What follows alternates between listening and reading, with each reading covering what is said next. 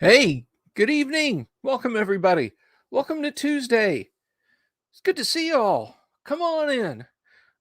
There's some Doritos and just some blue corn chips out in the pantry. There's some spinach dip. I'll have to microwave that for you, but it's homemade. It's good stuff. I think there's a couple of beers. You'd have to ask the missus. They might belong to her. Anyway, hello, Vincent Notabartolo. Good to see you. Good to see everybody. Anybody and everybody. Well, we had a shoot 'em up bang bang time last night playing Twilight 2000. That was a lot of fun. I got to tell you for free. Hail and well met, Lord Corion. It's good to see you. And all in all, it was a good time. It's a good time. Hello, Yesmar. Good to see you. So, in a little while, we're going to be playing some first edition AD&D. I will have the I'll have the gall to have some Dwarven Forge out there. I'll have some players joining us on the stream. Now, we do have a player out, but I am committed. Well, I should be committed, but I am committed to bringing you guys the full tabletop live stream D&D experience that you deserve. It's real D&D, folks. It's classic AD&D run by me. There's no script. I don't favor these characters. I don't plan outside the game with them. Oh, your character is going to die. Are you okay with it? No, it just happens. Dungeon Minister says, half here, half helping my middle guy write his own game rules. Well, by gosh, if you have to be all the way there and watch this later, that's fine. But before you go, I want to mention a couple of things. One, if you've been following the score,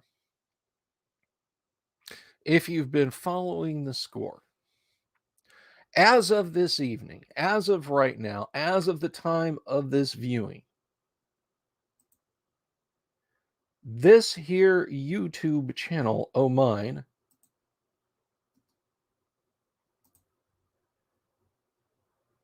guys, we got 927 subscribers. 927 of you folks. Over the years, most of you, I got to admit, like, you know, I got up to like 450 some subscribers just over the years. And I think a lot of it had to do with some earlier videos that I posted. Like there was an out of print industrial music concert that I had up for a while. So Warner Brothers very nicely asked me to take it down. They blocked my channel, like they told YouTube, like you got to do something about that. But there's some D&D content I think that drew people in. But ever since I threw the gauntlet down, hello Mobius, ever since I threw the gauntlet down and said, hey, let's get to 1,000 subs, and if we do that, I'll have a virtual gaming con to celebrate 1,000 subs for you guys. We have, what is the phrase the kids use today? Blown up. We have blown up. And I keep saying we, and you're like, oh, you mean you and Kyle, or is there a third production person who had oh, I couldn't do it. I couldn't get through it with a straight face. Production person. Anyway, by us, I mean me and you guys and Kyle, of course. It's all of us. We're all together in this. You guys want an online gaming con. I want an online gaming con. I set a number, 927. You guys are making that happen. You guys are going out there and you're saying, hey, check out Bill Sylvie's YouTube channel. He live streams 5 nights a week. It's like the Tom Snyder of role-playing game channels, where Bill just comes in and it's not Letterman, it's not Carson, it's not Stephen Colbert, it's not Jay Leno, it's not even Conan O'Brien. It's just like the late night let your hair down, although I usually got my hair up, kind of thing, where we come and we hang out. And sometimes There's a band on. We have had an actual band on. The guys, Bards of Greyhawk, awesome dudes who did the music for the intro credits, Summer Mountains. If you guys like that. So I've had an actual band on. I've had the great luminaries of TSR featured on this show. That is those who are still with us. So, it's this thing that I do. As far as I know, nobody else runs a multi-hour a night live stream 5 nights a week. I started this whole rocket trip that we're on, just kind of ambling through space, bouncing off topics like bumping in asteroids. Back when Andromeda's train hit, I said, I got a webcam and I got a mic. I'm going to talk to friends on Facebook. I'm just going to do a live stream and talk to people on Facebook and try and keep up people's spirits. And it's grown into this. And I'm still doing it for much the same reason. I'm doing it for people's entertainment, And I've said from the start, if there was one person out there, only one person who said, I want to tune in every night and I want to hear what you have to say about role-playing games, and nobody else, I'd do it. I would do it for that one person. But here we are, 927 viewers, over 4,000 hours of engagement. That is 4,000 hours of the videos I've done have been watched. And it's all thanks to you guys, because you've gone out there. All right. The YouTube algorithm doesn't help me. YouTube built firewalls, because back in 2014, independent creators like me could go in and just say, yeah, I want 10, $15 a month in ad revenue. Sure. Kick that over to me. And YouTube was just whatever. Well, and they said, whoa, wait a second, you people with 900 subs on your channels, putting ads on your channels, acting like a big man or woman. The hell with that. We're just going to... And then came the adpocalypse. All those small creators got slaughtered. So trust me, YouTube's not helping me. Disney's not helping me. So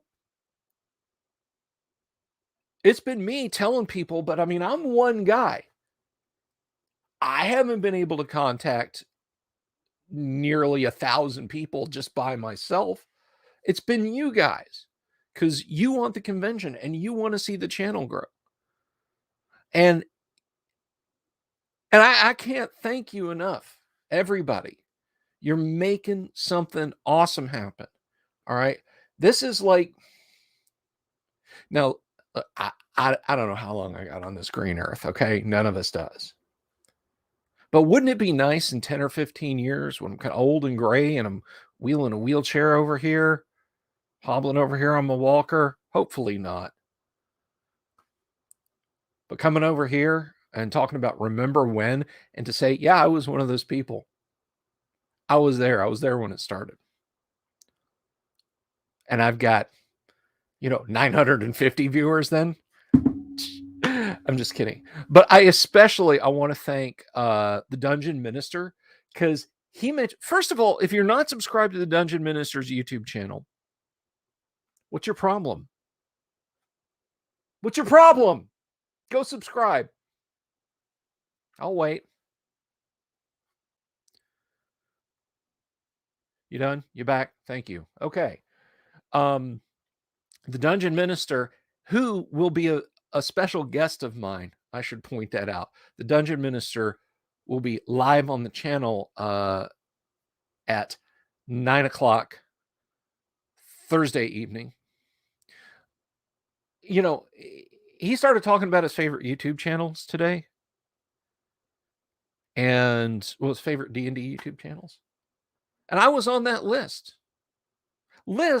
because, he's a guy of diverse taste when it comes to D&D stuff and role-playing games, as we should all be. But that made me feel so good. If the subs had sat at 922 after that, I would have been like, no, that's awesome. I figured there'd be, maybe one person, one of his subscribers would pick it up and come over and say, oh, okay, well, yeah, I'll check his channel out too. But it jumped up 5. We're at 927. We are less than 75 subs away from the great underground online gaming convention, Guac. So the Guac is about to happen, guys. We're 73 subs away. 73. Y'all are doing it. Y'all are making it happen. I'm not up here making fake accounts. I'm not over here passing out flyers in front of comic book stores. 927, and I couldn't be happier. Let's see what y'all saying in chat.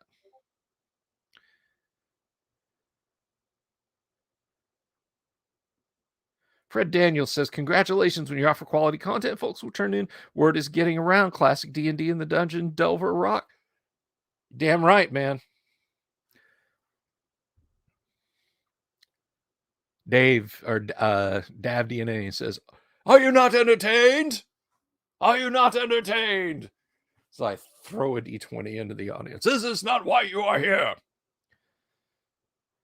Mobius, good to see you. Matt B. Dungeon Delver. The reason I'm here is because of the Dungeon Minister. Really glad he recommended you. Looking forward to delving, no pun intended, right, into your content. Ricky, good to see you. And yes, the Dungeon Minister, Lord Corian, you have the right of it. The Dungeon Minister is great stuff. So look, if I never get another Patreon, if I keep getting subs on this channel because people want to see it, then I consider my job, my mission accomplished. Getting to you guys, getting the good word out there. Gonna game soon. You're darn right. So at 8:30 tonight, for those of you who are new, who maybe you saw over on the Dungeon Minister's channel and you're like, who is this guy? Every Tuesday night, we live stream first edition AD&D. As I was saying in the beginning, this is it. This is the real, okay? There's no scripted events. Unless I happen to decide to run a module for these guys, there's no programmed happenings other than what's up here and what's in my notes. Okay, I don't consult with them. I don't say, "Oh, your character might die tonight. Are you okay with that? Should we discuss that? Should we have a group meeting? Should you stand by the X card?" No, we don't. We don't do that. We don't do that. Nope. We just play D&D like D&D, AD&D, like it should be. But there is one thing I do want to mention. Speaking of stuff that I do on the show, and it's not that the Dungeon Minister will be here. He will be here tomorrow. But I do want to mention all of my guests agree 100% with everything I say. And if they're on this show, you should take that as an absolute endorsement of my attitudes, my moods, everything. Sorry. That's just a little jab at the Dungeon Minister, who I hope, DM, if you heard that, you got a chuckle out of it. No, obviously that's not the case, right? In the words of the great warrior poet Buckaroo Banzai, people are going to come from all over. So just keep that in mind. But yes, tonight we're going to play some first edition AD&D. And let me tell you what, I got a couple of spots open in that game. If you want to play on live stream and you're comfortable being on the live stream, hit me up on the Discord. Oh, yeah, we have a Discord channel. Everybody has a Discord channel today. Everybody. I mean, I think my youngest daughter has a Discord. But I will I kind of a pokey PC here. You'll have to bear with me. I will get over here and I will share that with you.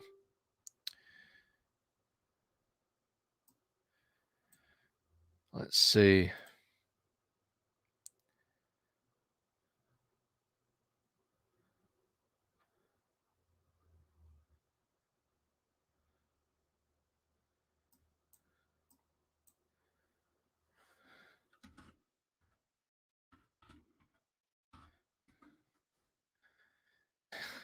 All right.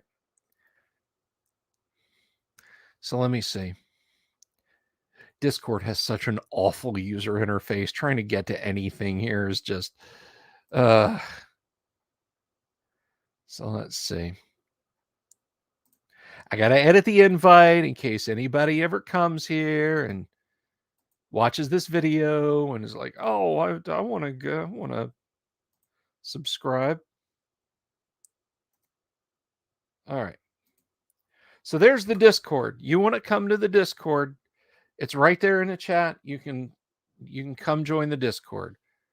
And you can we meme to a standard in our Discord. My channel is show listing posts, talking about previous shows, talking about possible future shows, shit posting and griping. Memes, shit posting and griping. That is the Discord. It is very chill. It is very mellow. I don't, I don't get into this person's banned and look, there's no admins. Well, I think Kyle may have admin status in the Discord. Because Kyle is like part of this team. Kyle is part of Team Delver. But he's very important to me, but I don't know if he's like a disc. I don't think he would want to be, but if that's not the case, Kyle, if you're out there listening or watching, just put your comments down in the thing and we'll talk about it. But yeah, I don't do the whole, it's me. It's just like, oh, well, who's going to organize your con? Who's your staff? It me. All right. Nobody to blame if it goes south but me. Nobody to take all the credit if it goes north but me. So that's how that works. So yeah, you can come on over and join us on the Discord. And Jeremy, I see you out there messaging me on Discord. I'm not ignoring you, brother.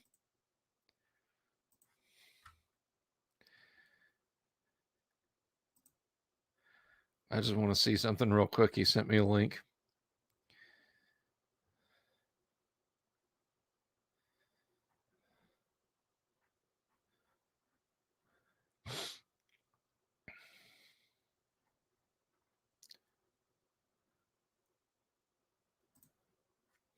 But anyway, so as you guys know, I post on Facebook, which is like saying, as you guys know, I have stage 2 cancer. It's bad. It's not fatal, but it's bad. Facebook is poison. It would be healthier for me to eat this Halon warning sign that I have stuck to my wall than to post on social media. But there we are. And I posted something today, and I wanted to spend a few minutes talking about it. This is kind of a bully pulpit of mine, but I really I can't get this over enough. And what I said was, if your idea of promoting D&D is making it a lifestyle brand for the beautiful people, then maybe you should rethink being a fan of it to begin with. Now, let's get a couple of starting things out of the way.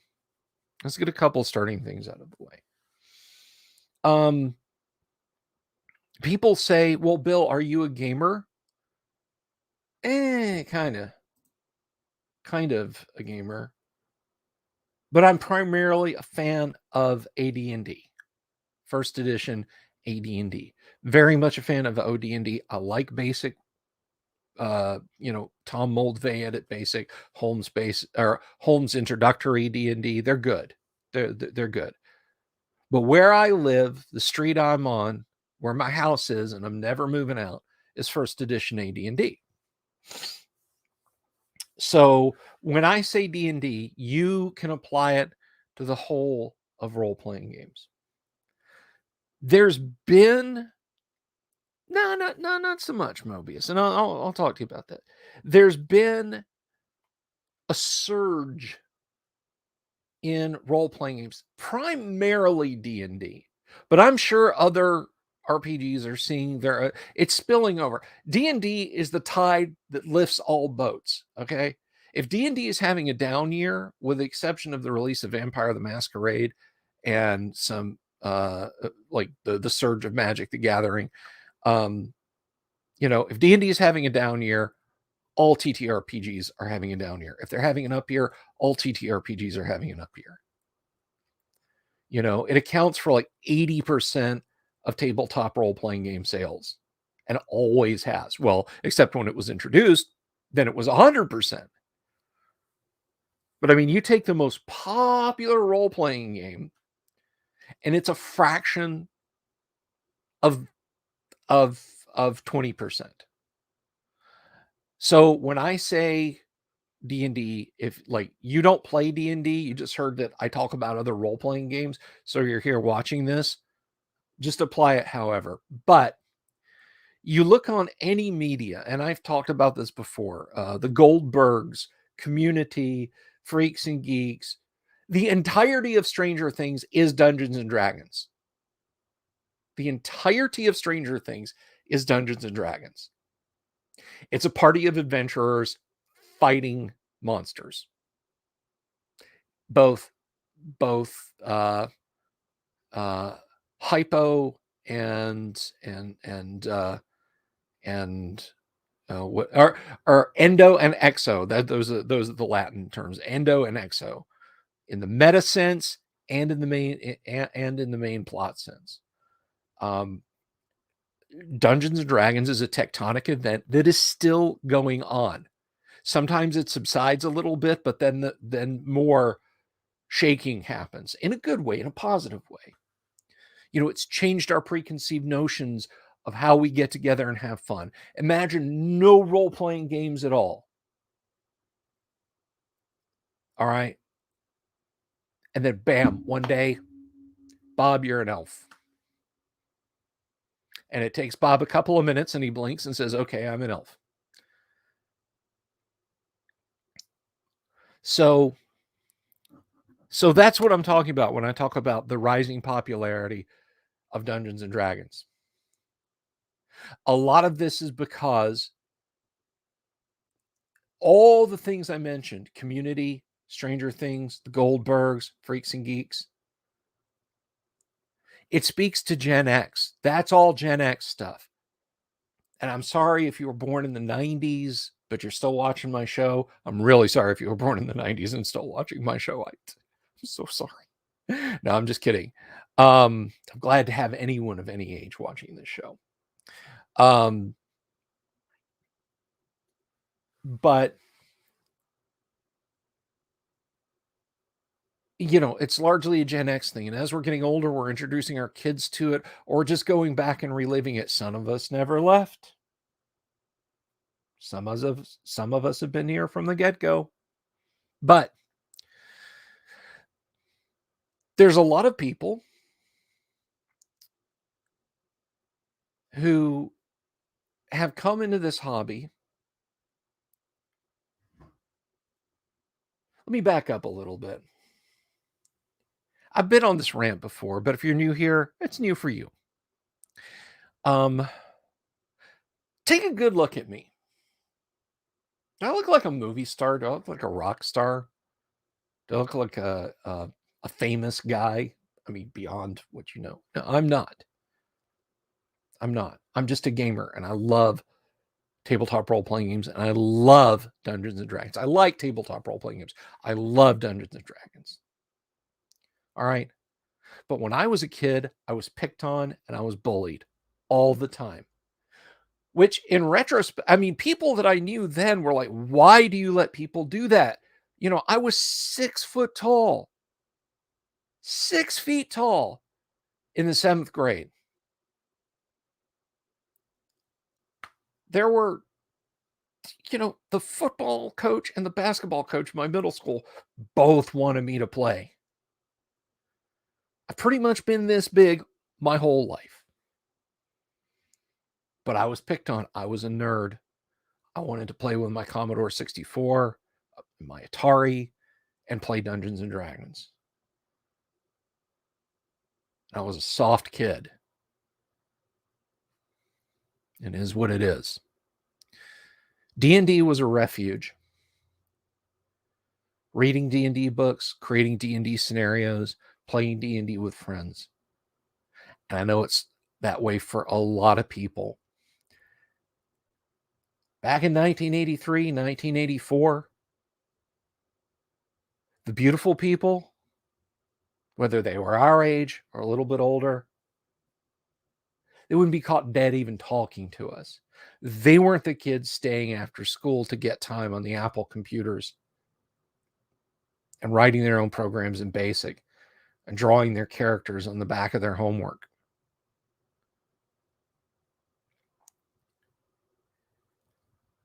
That they weren't. Now, maybe there's some people, maybe, I don't know, Joe Manganiello was a nerd and he got picked on too when he was in middle school. I don't know. I don't know their stories. I don't know their lived experiences. I'm never going to say, so-and-so is a fake nerd, but you can spot them.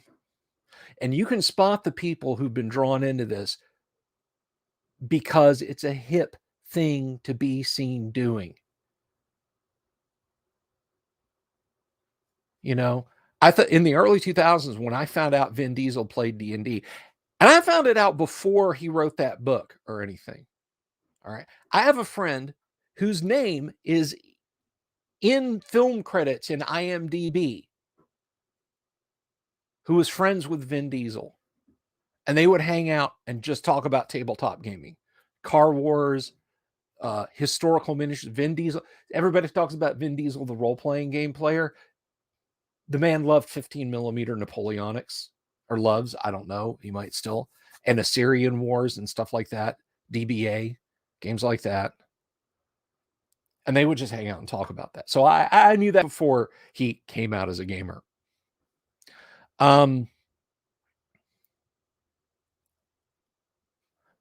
But Vin Diesel also has it made.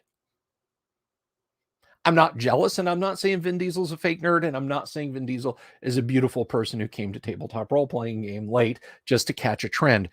But a lot of people that look at Vin Diesel and say, oh, well, if the star of all 106 Fast and Furious movies, I think it's 106. Oh, no, wait. What's that? They just finished another 25 of them. But the point is,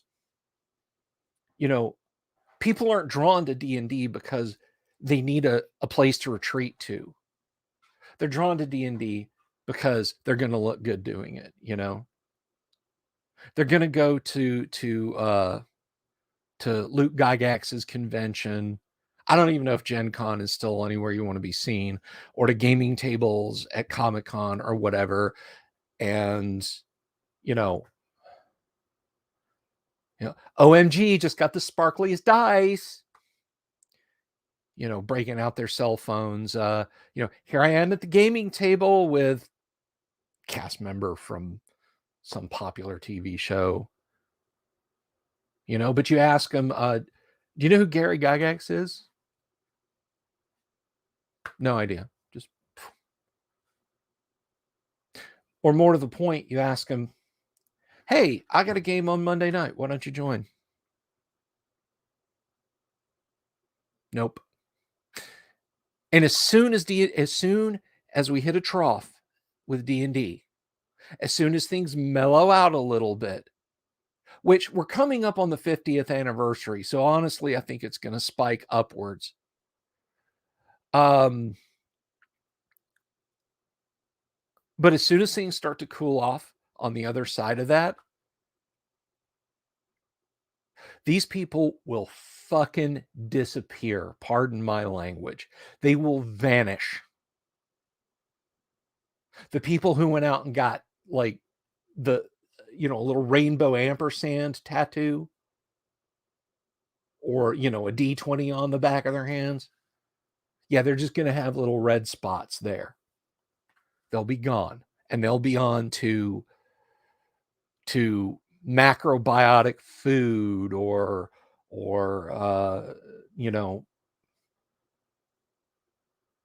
Scientology or whatever, wherever. So that's why I posted that, because that's my question. Or that is my statement. It's not even a question. If you're here for D&D, the lifestyle brand, and you don't care about the history, I don't mean you have to run out and buy AD&D books. I'd like it if you did.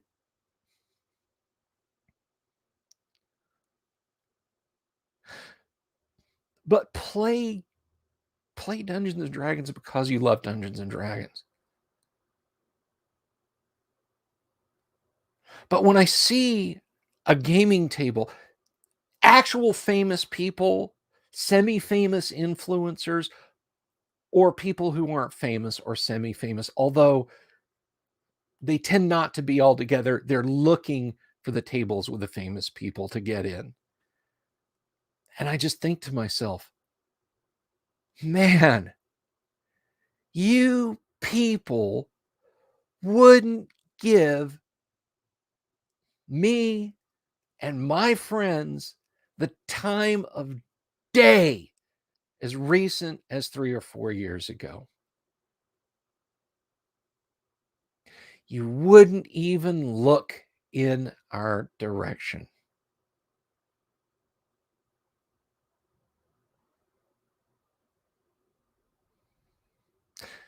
So think about what you want to be gaming wise. Do you want to be somebody who embraces and loves this hobby and enjoys just taking this off the hook and setting it down for 3, 4, 5 hours on an evening and pretending to be, Petra the human fighter who was raised by dwarven parents and favors the hammer, Rabindranath the bard, Caerleon the paladin of Weejaws, Etho the human who studied as a cleric and then changed to magic user. Just or do you just want to be seen doing the cool thing? And then the week after that, it'll be Scrimshaw. And the week after that, it'll be, I don't know, buying what that dippy broad goop lady sells. Because if you're in the latter category, I really wish you weren't. I'm not saying I wish you weren't a gamer. I wish you were a real gamer and not a fake gamer. Not just trying to ride influencer waves. Okay? That's why I said that. That's why I said that. And why I said what I said. Now watch. Let me look at my YouTube channel. Let me refresh the page. 928 subscribers. I got to one of you. So we're at 928 now. So not only did it not go down, it went up one.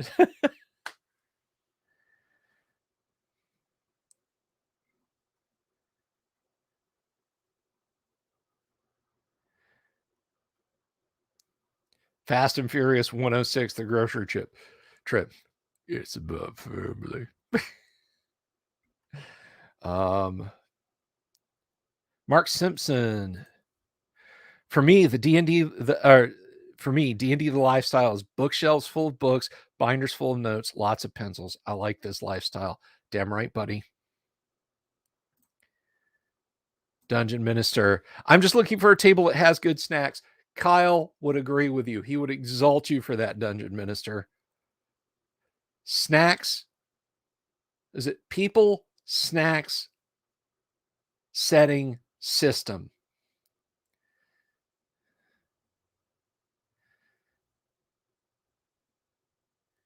Mobius, a little bit of a harsh take there. I won't say I disagree with you. Those beautiful people can 5e, which they've already ruined, and leave the good stuff alone. Well, I have issues with many aspects of how 5e is presented now by Wizards of the Coast. Let me tell you guys something now.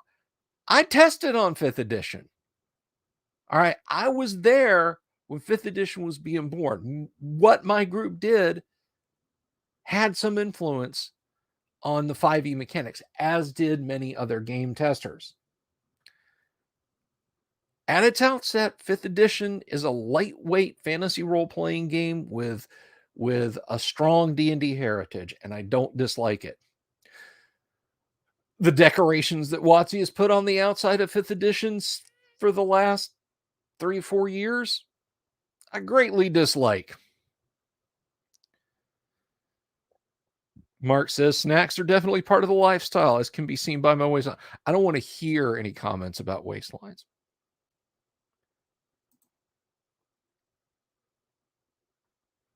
I almost feel like doing a video, like a why we fight kind of video. Lord Corion.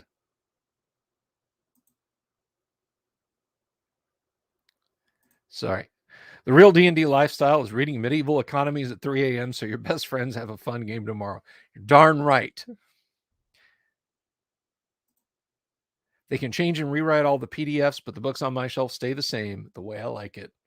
Darn tootin'.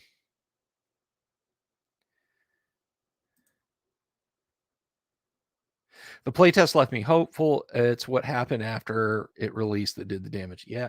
Yep.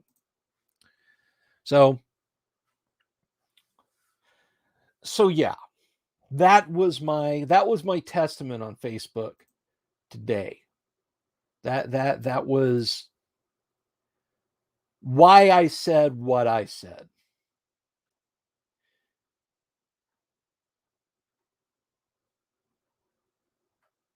And I believe it with all my heart. I just think it's a true thing. So this is a little something to keep in mind. Cooley says you have to make a dexterity save -5 to bring snacks to my table. Oh, gotta watch out. Kyle talked about some guy who like bought snacks at a Korean grocery store that was near his house or something, and they were awful. He said that just like nobody wanted them. I will say I've been surprised by some Asian snacks. Wasabi peas, not peanuts, peas. Dried peas sprinkled with wasabi.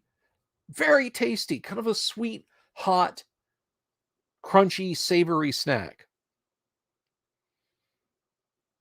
It's not the game. Yeah. No, Dave, not. Oh, no. Oh, Thaco, no. That's a joke. That's a joke from my Monday night group. They insist that I wouldn't have to look at tables if I just use Thaco. And I'm like, guys, 2-hit armor class 0, no, Thaco, thank you very much. 2-hit armor class 0 does not take into consideration the rule of repeating 20s. We can't use 2-hit armor class 0. It's only as a watermark for monsters. A waterline, rather, for certain monsters. We can't use 2-hit armor class 0 for everything. But anyway. So, yeah, welcome to everyone watching. I need to avoid the cheese doodles. The powder gets in the dice and spoils the roll. Spoils it or makes it better. You know what this is the weirdest thing. This is so totally out of left field.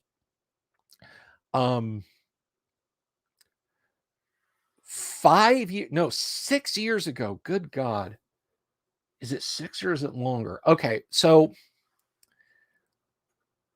my buddy Todd Fisher over at Gods and Monsters, which is an amazing comic and game store here in the Orlando area. You absolutely, positively, if you get to the Orlando area, check out Gods and Monsters. Todd and Anna, beautiful, wonderful, sweet, kind people who run an amazing comic and game shop with a bar in the back. Vault 5421. Love it. Yes, that is an endorsement from me. But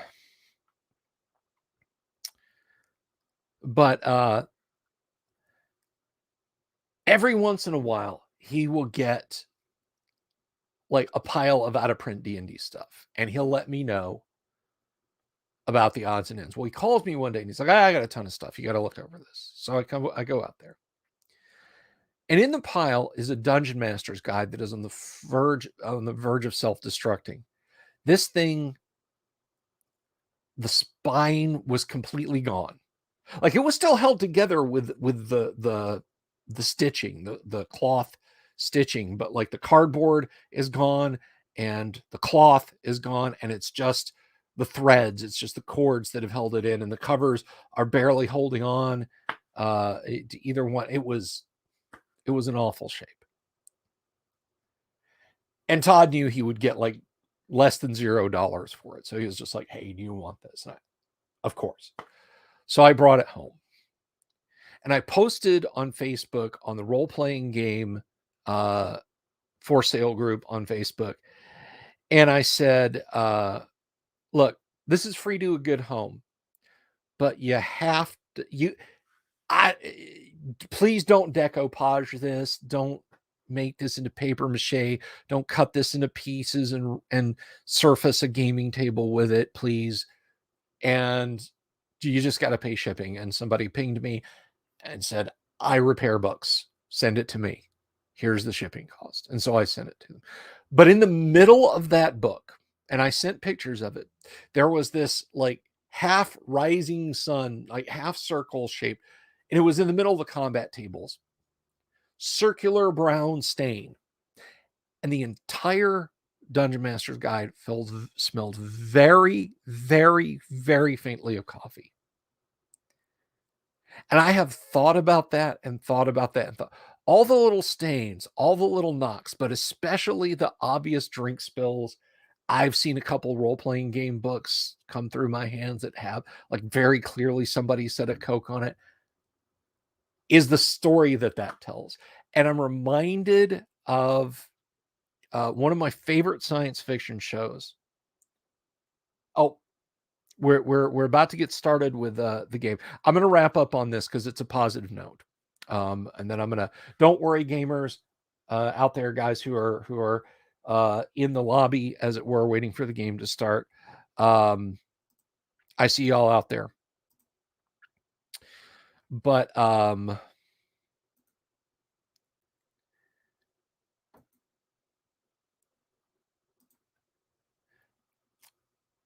in an episode of Babylon 5, there's a character, an alien character, who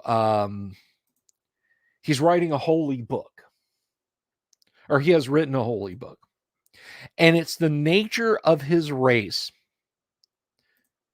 that, so there's no confusion, there's no misunderstanding. Every mark, everything, every iota that they write in their original manuscript is copied off of every manuscript. So every copy, even if that volume is thousands of years old, if there's a note in the margin that corrects something that's written in the book, then it's, it's there for all time.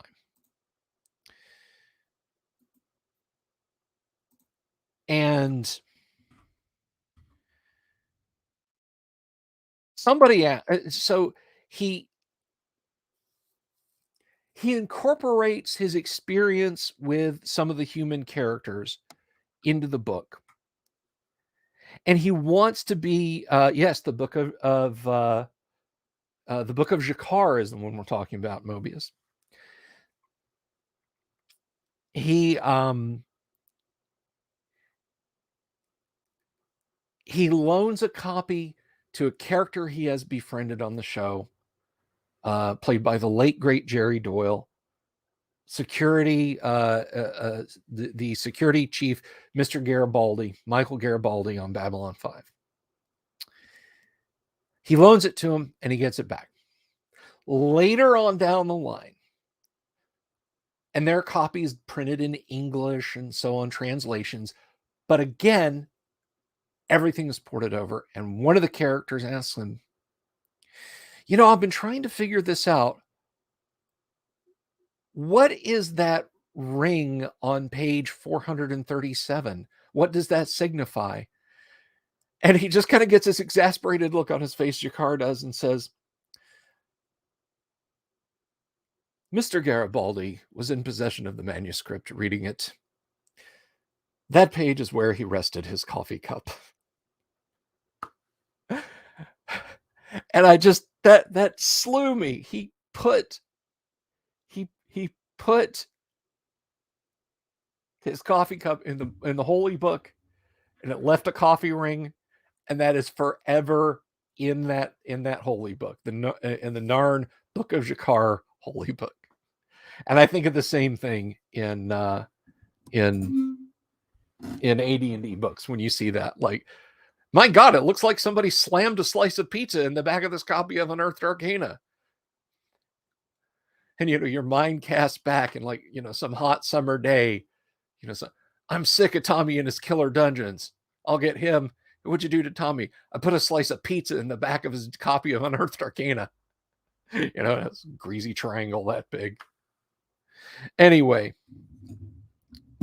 so on that happy note, let's play some AD&D.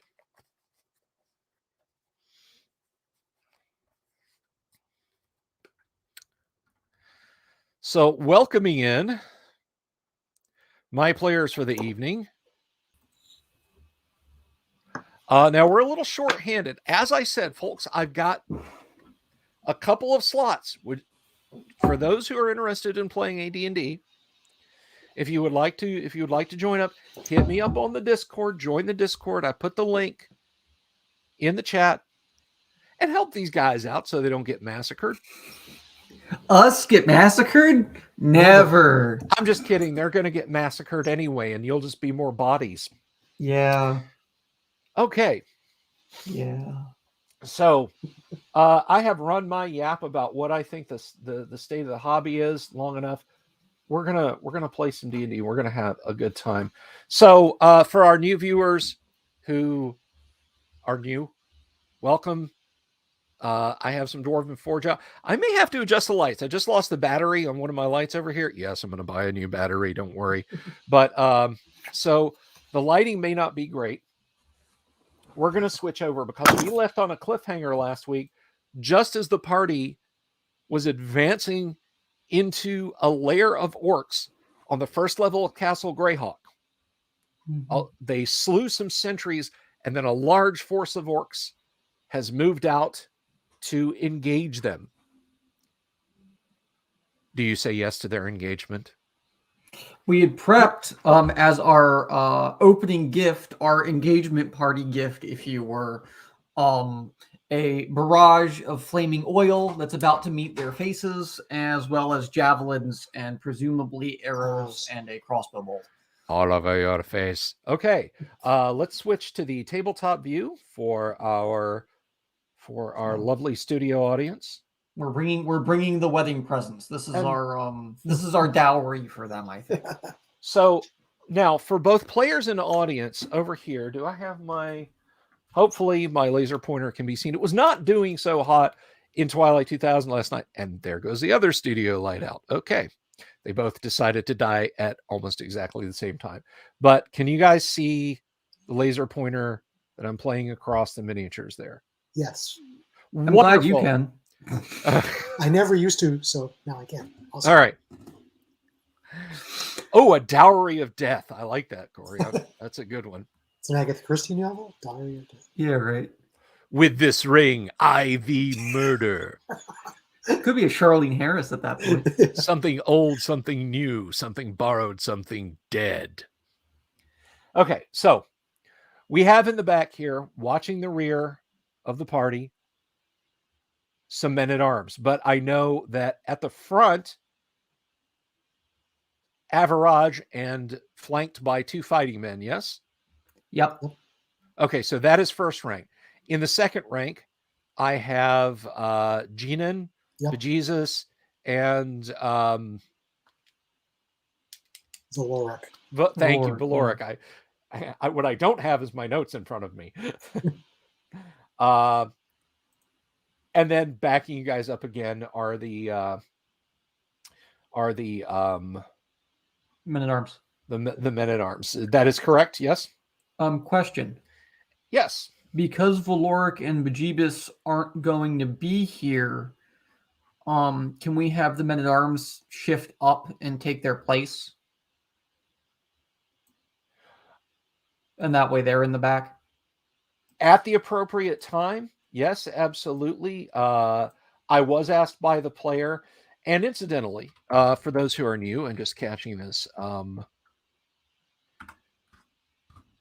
we run this game not just to have fun and not just to show you guys a live action D&D, not live action, but a live broadcast D&D game, but also to answer questions that you might have about AD&D. So in this particular instance, it happens that that one player with a couple of characters is not here. But I discussed in advance with that player how they would like to proceed. Do they want their characters to fall back and flee the dungeon, stay in and fight, what have you? They said stay in and fight. So they will be composite NPCs run by myself, but with a party advising.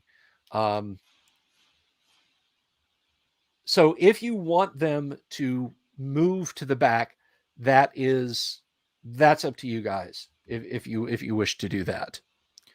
What do you think? Might be good to keep them in that third rank for now. Valorica has at least one more healing spell, more wounds, so he could be near the front to catch somebody. Yeah. But otherwise, they're stuck in the back. Can't really use a short sword from that distance. I think Bejeebus has a crossbow, but then he'd be hitting Gina in the back of the head a lot, I think. Yeah. The chance to hit somebody like me or my followers in the back of the head is still there. Yeah. At least if we can move at least one follower up, he can probably reach over with a spear. Maybe, yeah. Okay. All right. So you want to call a man-at-arms forward to strike from the second rank with spear. Before you are 3 orcs with shield and scimitar. Behind them is a rank of 3 orcs with long spears, and you can see yet more orcs behind them. They're preparing to attack you. So Average, you and your men-at-arms are going to fight, I take it? Yeah, we have oil already prepped, and we're throwing as soon as we're confident they're in range. Okay, well, they are upon you, so they're right there. Do you want those throws now, or are we just declaring actions? We're declaring actions. Can Jinan take at least a couple bow shots, say over Average's head, since Average is a little short? Feels duck. Yes, your odds of hitting Average are below average, or I should say above average. Above average. Really. All right. Well, then let's go ahead and roll initiative. Mark, we'll start with you. Initiative is a 3. Okay, I rolled a 4. The orcs are close enough that the front and second ranks can advance and melee, and they will do that. So we will go left to right. So this will be man-at-arms, Valoric, man-at-arms in terms of attacks. And we have a man-at-arms is struck because I'm pretty sure he doesn't have plate and shield. Nope, he has ring and shield. Average is struck. I'm in plate. and Man-at-Arms is missed. Yeah, I got a 17 on the roll against you. So this is I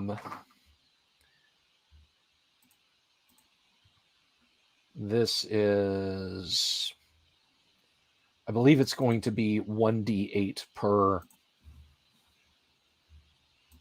weapons blow. So we shall see.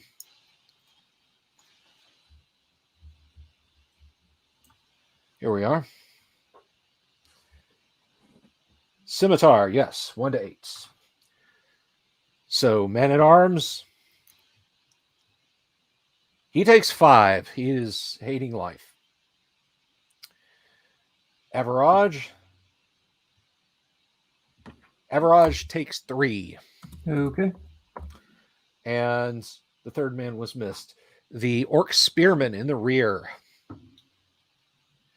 That is a miss on the Man-at-Arms. That is a miss on Average. And that is a clear miss on the Man-at-Arms as that orc rears back with his spear and jabs it into the ceiling. And he spends the rest of the round trying to unwedge it because it's exactly a 10-foot spear. So he has to wiggle it around to pull it out of the ceiling this round. Okay, so are you still going to throw oil? They are meleeed with you, but you can. I mean, if we can chuck it over their heads, that would be nice. If we can hit the spearmen, that would be nice, because then the spearmen behind us can hit the guys in front of us. Very well.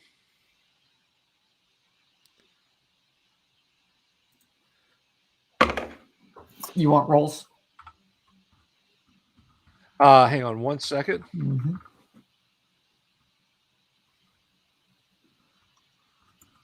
Yes, make your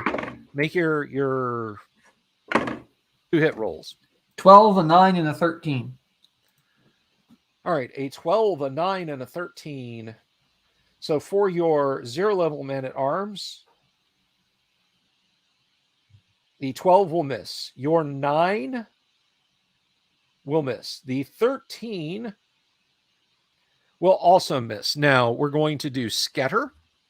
Because now, since they're in their back rank, the splash might hit them. I fortunately have an app to do that for me.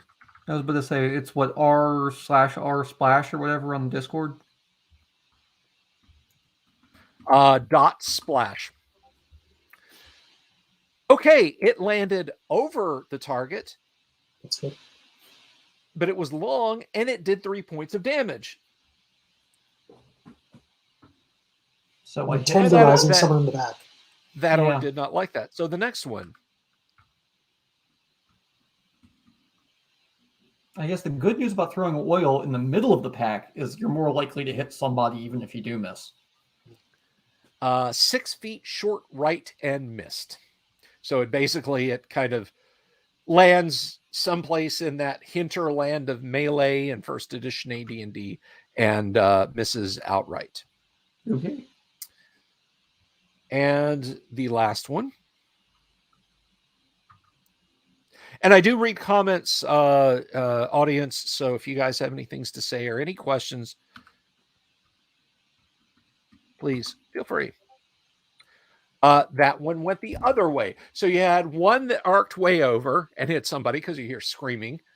One that went left and one that went right. So. Fail. All right. Question about those 2 misses that I missed. Is there still flaming oil there? Or is it? Yes, but it will gutter at the end of the round. Okay. Cool. And you were taking a couple of bow shots, I believe. Yes, I was. Same target. I'm just shooting into the orcs. I don't care which one I hit, as long as I hit one of them. Okay. Spray and pray. But probably not. I rolled a 12 and a 4. The 4 definitely misses. The 12, just a quick glance. The 12 will miss. Yeah, that didn't look. Okay. Any luck with our men-at-arms and their spears? Men-at-Arms and their spears. So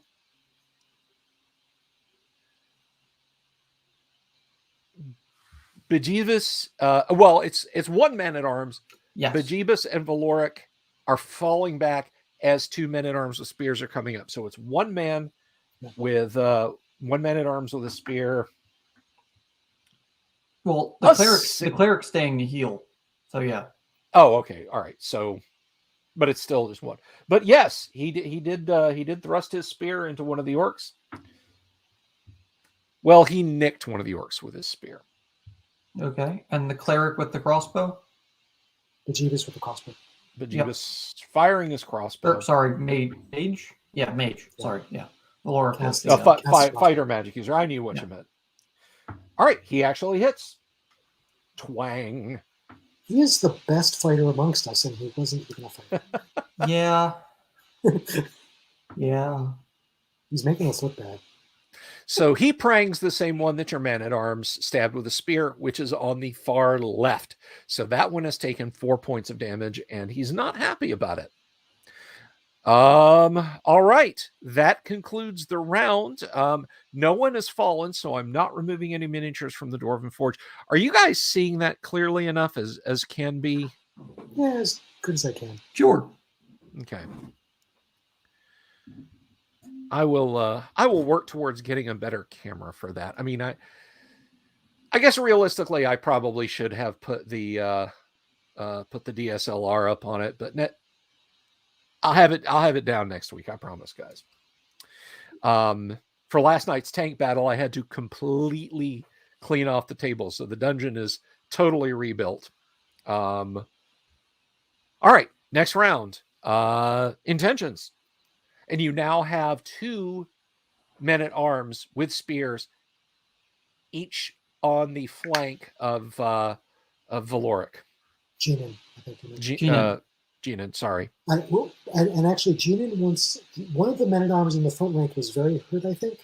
Yes. Yes. I want to switch with him while drawing my sword and dagger. Okay. Because my guys have spears, so they can still reach. Yeah, so we'll have spears. So I think Genin, average men-at-arm, and then 2 or 3 men-at-arms behind us. Okay. Spears. Yeah. I will make the appropriate adjustment once we roll initiative. Otherwise, the same for now, just melee combat, no thrown weapons. Yeah, I have a great sword. My other guys have spears. Yada yada yada. Okay, well then why don't you go ahead and roll initiative for the side? Son of a 1. Okay. Son of a 1. We're so taking our time to decide what to do. We're making sure that's the problem. We're thinking too much and cleaving less. That we had them running away from us. Scimitar, man-at-arms, average, man-at-arms. That is a miss on the man-at-arms. That is a hit on. Well, wait. Let's see, because you're wearing plate. Your armor class armor class 3. You're not using shield. Okay, but that still missed. It was a 15. It was a near thing. And that man-at-arms did not like that. Well, as long in as fact, he liked it so little that he's going to lie down and think about what just happened to him. You just lie down. Take it easy. So man-at-arms is down now. Spear against man-at-arms and 2 spears against Average. That is your men-at-arms have scale and shield, you said? Ring mail and shield. Ring and shield. And that is, I'm going to check out the armor. Ring and shield.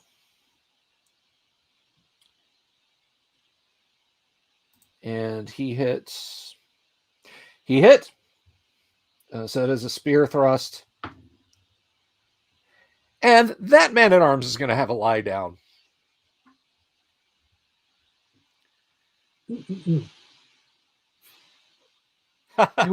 Trevor McWilliams, first time here, but I had to visit when I saw Castle Greyhawk tonight. I'm an old school guy, so Obmi makes an appearance. I hope for the character's sake, Obmi doesn't make an appearance tonight.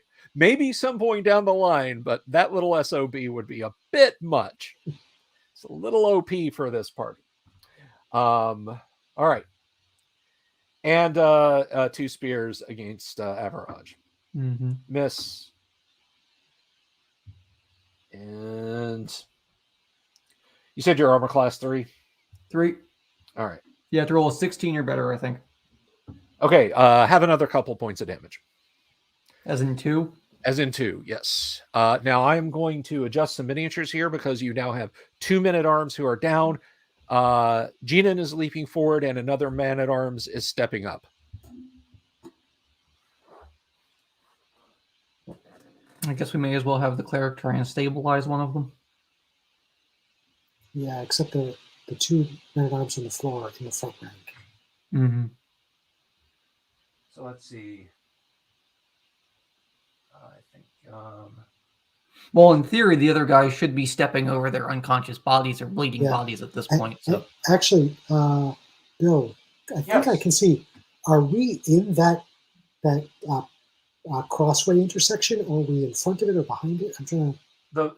This is the party's skirmish line here. Okay, Kyle, I think we might want to shift back slightly so we can get people from the side and the front when the orcs come at us. I see what you mean. The issue is we now have unconscious people that we're leaving there to bleed out. I know, but it just, wish I thought of that. Well, initiative hasn't been on our side. Yeah, that too. Hopefully, if Bill says I can step forward and hit, then maybe I'll get some shots. Otherwise, next round, I'll be taking shots. I mean, hits. I'm at 7 hit points, so I get it. Regarding your question, yes, you are within 10 feet. You can move forward and melee in this round. Okay. So is it our turn? It should be. Let me just get the miniatures arranged here, just for clarity's sake. Yep. So we have.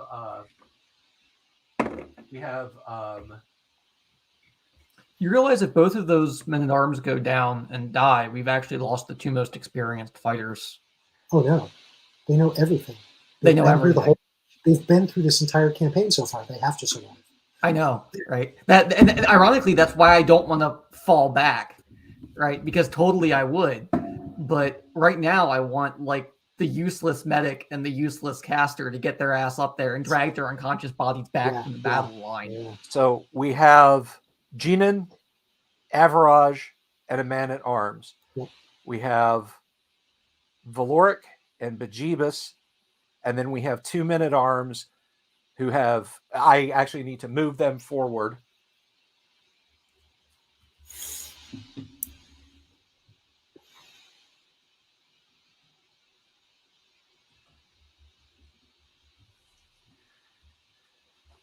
So they are striking from the second rank, while Bajibus and Valoric are stabilizing the injured.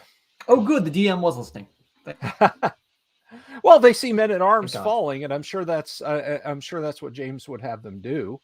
So yes, counterattacks, please. Big money, guys. Big money. Yeah, right. Crap. How's it going? Total miss. Total miss? Well, tell me, how much of a total miss? Well, I'm using swords here. I rolled a 3 and a 5. I rolled a 3 too. Total miss. We're dead.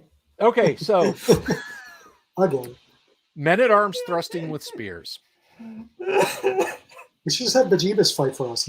Really. He's much better than we are. That is a hit. Fuck it. Throw the caster up there. Give him a dagger even. Just go.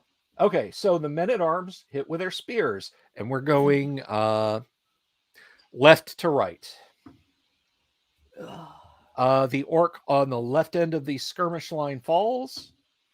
The orc in the middle of the skirmish line falls. Oh. Well, at least somebody can do some work here. It ain't us. Yeah.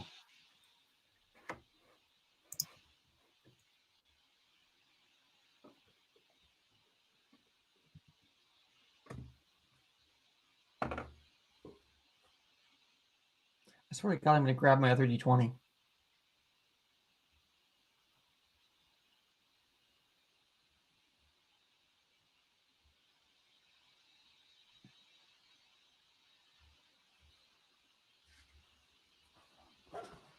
So while that appears to be the end of any orcs with spears, you do still see a body of orcs backing these guys up. So now you are facing 2 orcs wielding spears and 1 orc wielding a scimitar and a 4th orc wielding a spear from the 2nd rank, and more orcs behind them. You hear Bejeebus preparing a spell. What are your intentions? Continuing to melee? Yeah. Okay, orcs are continuing to melee. Mark, go ahead and roll initiative. Roll big. Big money. Yeah. Oh, what'd you roll? One. A one. One. A 1. Okay. Damn it! Oh. So my Monday night game, which is not streamed, sorry viewers, my Monday night game, Lost Caverns of Sojkonth, has been going on since before Christmas. It is a big dungeon crawl. The party has won initiative 4 times in the entire module. They were complaining about that last week, and I said, well, do you want to switch it up? You've won every fight, even though you've lost almost every initiative. Do you want to flip it the other way and lose every fight but win every initiative? They decided they didn't want to do that. All right. Orc with a spear, or I guess I should say a pig sticker. A pig with a sticker. That is a miss. That one wedges his spear vertically.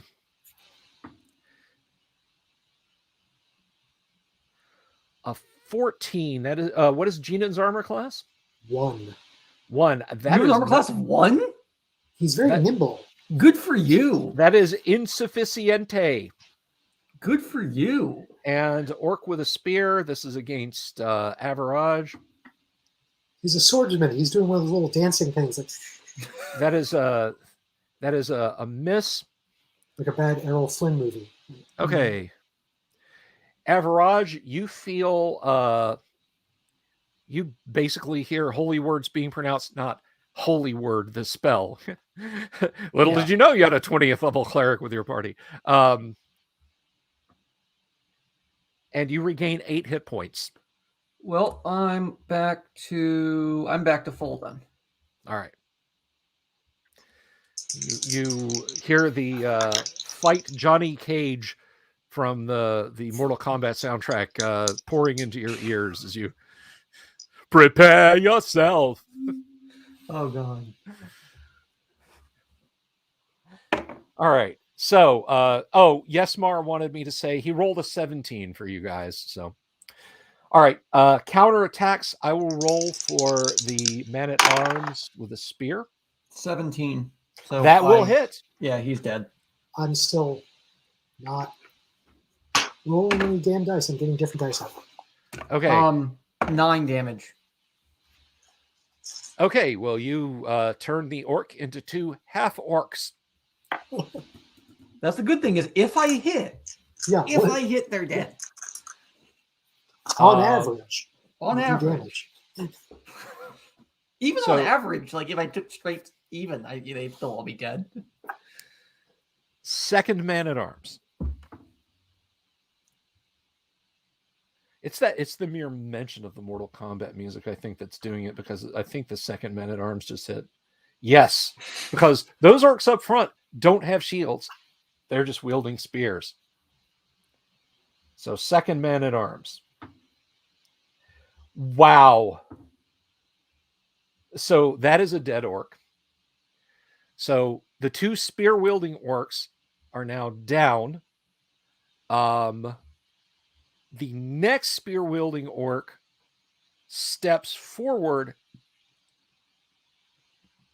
coming up the hall with a move of over 10 feet is an orc armed with a scimitar and a shield. And I think that's it for everyone's actions. Let me just move a couple of miniatures around, shuffle a couple of things on the Dwarven Forge there. Yeah, can we see further back into that room? Yes, you're close enough now, and I mean, well, let's see. You have light sources. What are you guys using for light sources? Somebody has a torch. Yeah, Valoric and Bejeebus are holding up torches. So it's 30 feet. So and then 60 feet with dim light. Yeah, so you can kind of see back there. I will move back the fog of war, as it were. And viewers who are new, who are catching up the stream, we're using Dwarven Forge tabletop terrain here. That's not a paid endorsement. I just really like their stuff, but I also like the stuff that I've printed myself. And I use the black cloths to basically be like fog of war. If you've ever played any kind of isometric role-playing game ever on a computer, and there's just, you go to your map view and it's just, here be dragons. Then you've got a same situation here with these black pieces of felt. It is a method I recommend if you're going to use tabletop terrain. It beats laying it all out as you go. It does. I just use a whiteboard and a freaking marker. Oh, they're packed in there like sardines. Ain't they, though? You might be able to count how many there are. I can't. I'm saying like 9-ish. Yeah, he did mention that there were like a dozen of them or whatever. Yeah. Oh, keeps going back. Yeah, well, of course. There's a wall. Yeah. Yeah, it's like 9-ish. Okay. Should we fall back a bit? I don't plan on necessarily advancing unless we have to. I'm talking about advance to the rear. I'm content to sit here and scythe my sword left and right until I'm dead. Yeah. Okay. I think as long as we're in the front rank, yeah, we'll be okay because our ACs are pretty low. Yeah. You've got a lot of hit points. I don't. I have 7. Yeah, your armor class is better than mine though. They have to roll like a 19 to hit you. Yeah. Yeah, it's less of a dungeon full of monsters and more of a monster processor, in that monsters come in one end and a thin slurry of monster paste goes out the other.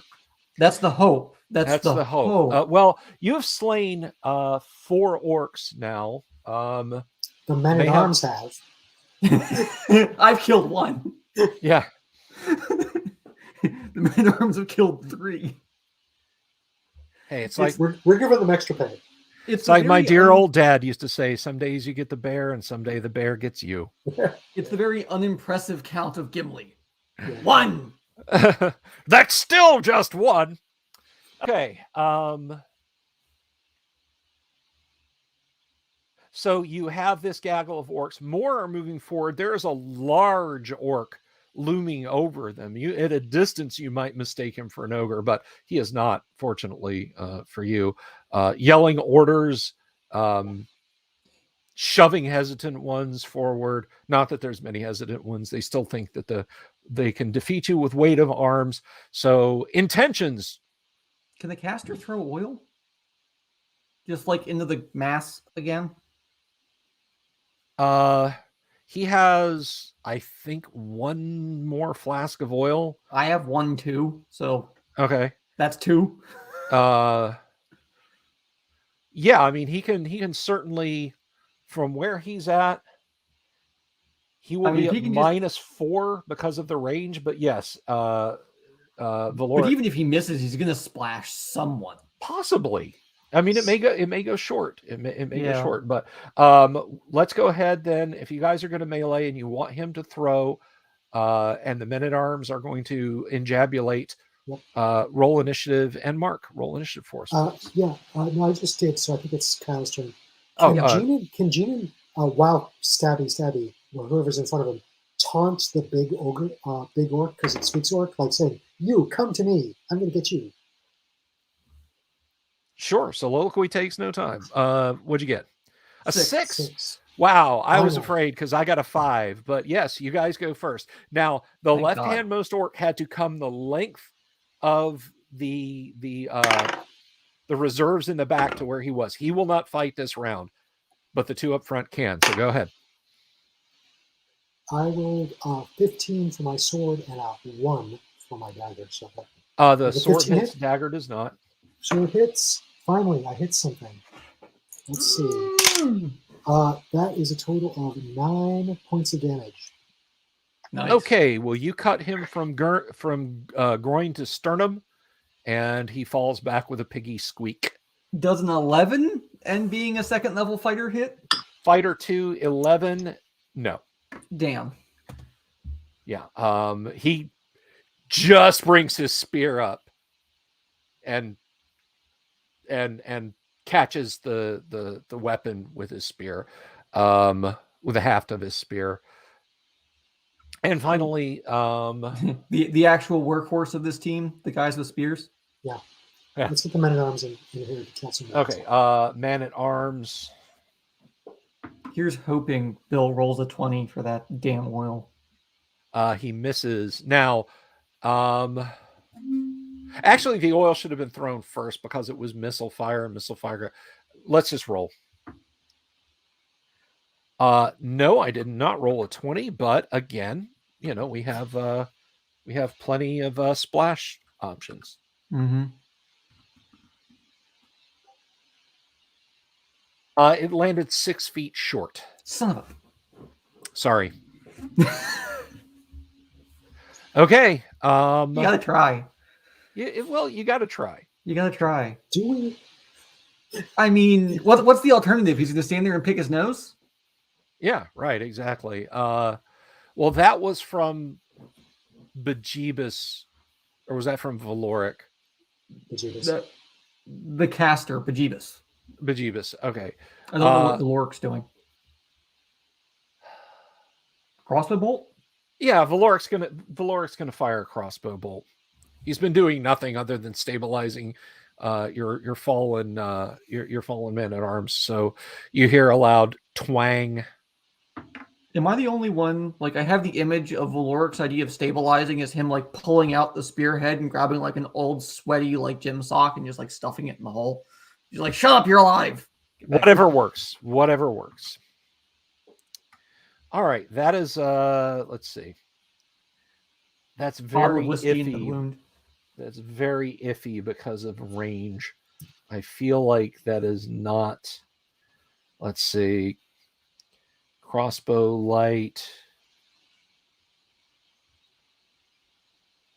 Yeah, no, that's crossbow bolt just prings. You hear it clatter. The large orc in the back, if he hears your taunts, does not acknowledge you. Okay. And you guys slew one of them, right? Yep. Okay. Yeah, I did. Yeah, I think you did, yeah. Well, I know what I'm doing. Oh, what's that? Probably dying. No. Nah. They have to hit us first. Yeah, that's fair. Wait, we won initiative not to be that guy, but they haven't hit it. They haven't. Yeah, they haven't gone yet. No, I understand. You have, that's why I said we'd be dying. You have orcs moving up.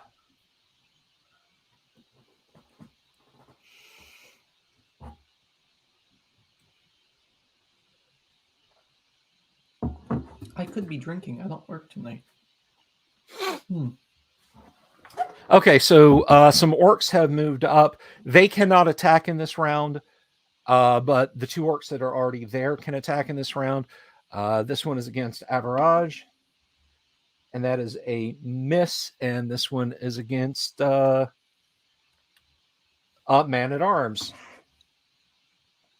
And that is probably a miss. I hate those edge cases. Look, either roll a 1 or roll a 20. Don't give me this. Oh, it's a 13. Damn it. All right. Bill, just use THAC0 and you can do subtraction. It'll be easier than I'm going to come over there and I'm going to hit you and I'm not going to stop. That is actually the one thing I do want to talk to you about, Bill, after the session. Am I allowed to know what my THAC0 and numbers are so I can just do the math and save time? I can, you know what? I will copy and paste the entire fighters chart out and you guys can have it as a quick reference card. Thanks. I'm one of those players that is evil. I have my own DMG. Yeah, I tried finding it in the DMG, but I'm blind. And I was just like, where is it? Yeah. I mean, it's an unfortunate reality that those wonderful, crisp, diamond-sharp letters back when I was 13, even when I was horribly nearsighted as a kid, are turning into black dots as an adult, and the PDF becomes more and more vital. Control plus, control plus, control plus. Ah, there we are. Now I can see it. All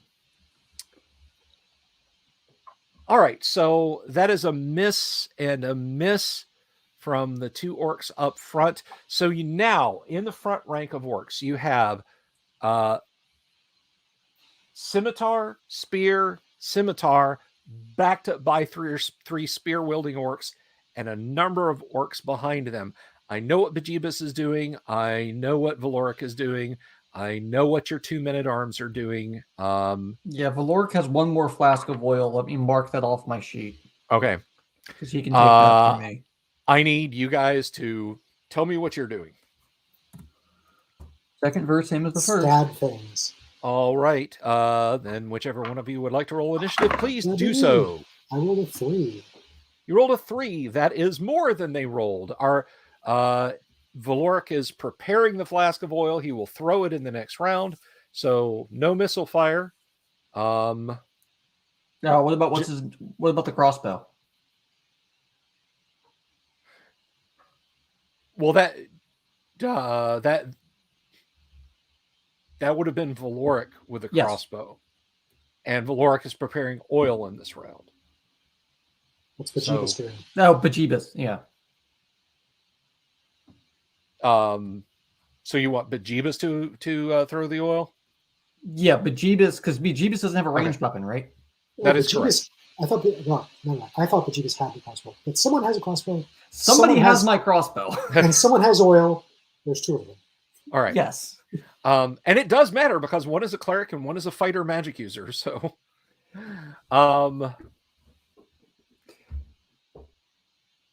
give the fighter magic user the oil.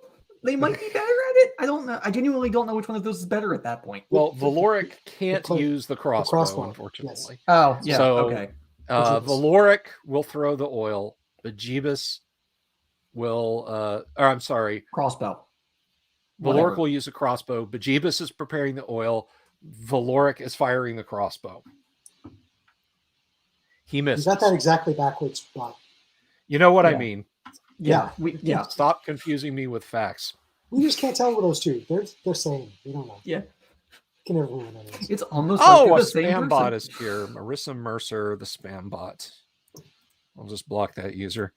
You're late tonight, Marissa. Usually they rush in right at the beginning. Marissa Mercer, what?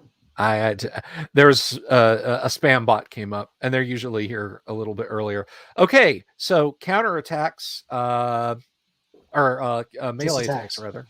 Melee attack. 12? Yeah, I got a 12 too for my melee attack. Second level fighter? So yeah, right. Depends on which one you're swinging at. Hopefully, the spear, they're kind of scary. The spear wielder, yes, then that will hit him. You're hoping the men-at-arms do something? And you can take down a spear wielder too if you got a 12, I think, right? Because there's multiple spear wielders. I don't know how he's working out swirl of melee of who I might be hitting.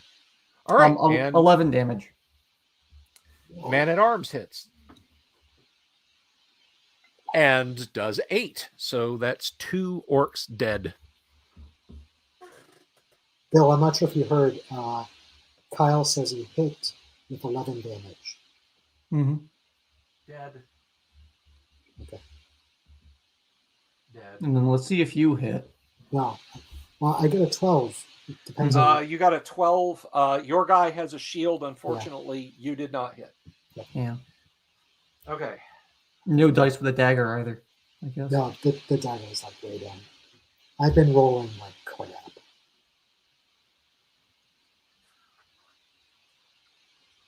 Last session we had really good rolls, and this session we're paying for it. It's all Okay, so all the way on the left, this is against Jinan.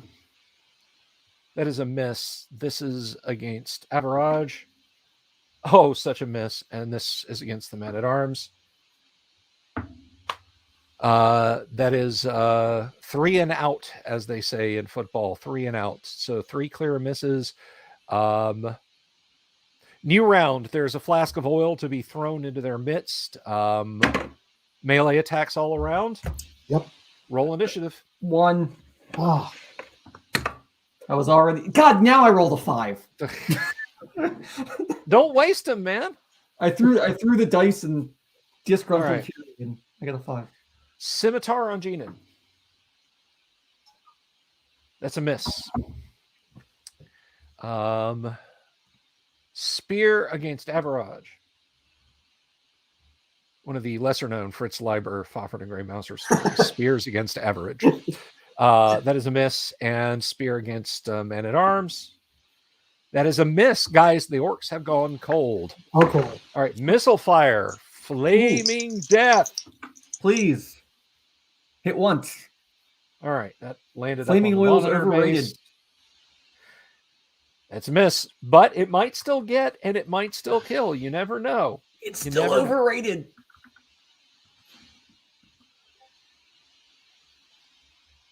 Let's see, 6 feet short. Again. So he hucks it somewhere in between the orcs in front of you, and the orcs behind them, and you just hear it crash and smash, and you Hey, see Bill. a flame leap up. Yes. Future thought, would it be okay if I glued 8-inch long sticks to the bottom of my oil flasks so we can hurl them like German stick grenades and make it just that little bit easier? If you want the aesthetic of that, you can certainly do it. I ain't giving you no bonuses for that. Damn it. Sir. That deserves Sorry. a +1. Sorry, you don't get your rules lawyer and Boy Scout badge tonight. I appreciate your attempt, though. Okay. Scimitar Attack. Yeah, that was missile fire. So Melee. He's hit. I rolled a 13 and an 8. the 13 will hit. Awesome. The 8 will not. 19 and 8 damage. And I got 9 damage. Okay, wow. So that's a couple of dead orcs. When I can hit with that sword, I do a good job. Is there a sign on my dungeon that says dead orc storage? Yes. Now there is. Yeah. We put it there. I'm going to label the doorway now. Beware of smell.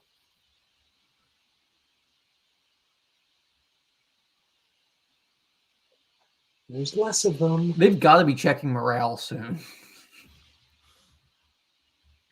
We've taken out, half of them? Yeah. Why do you think Big Boss Man has not rushed up? Anyway. Because he's the boss. He's the smart one. Okay, guys. Dave says, did I miss the spell casting? There was one Cure Light Wound spell, which is probably why the party is still alive. Well, not really. I mean, you got hit once tonight, but not again. Not since. So let's see. No, he's actually burned all 3 of those Cure Light Wounds on me at this point, because one was a pit trap, one was a scimitar, the other was a scimitar. Yes. Okay. All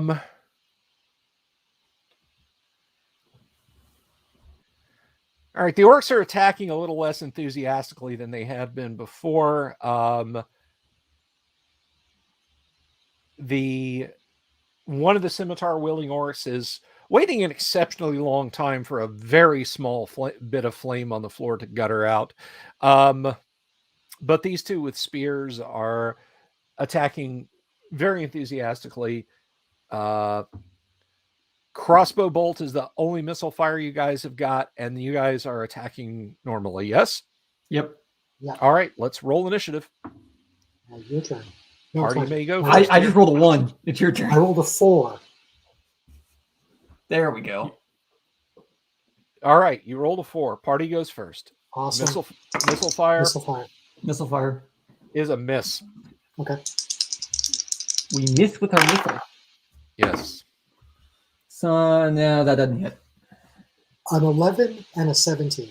The 17 will hit. Yeah, unfortunately. Your dagger shanks home.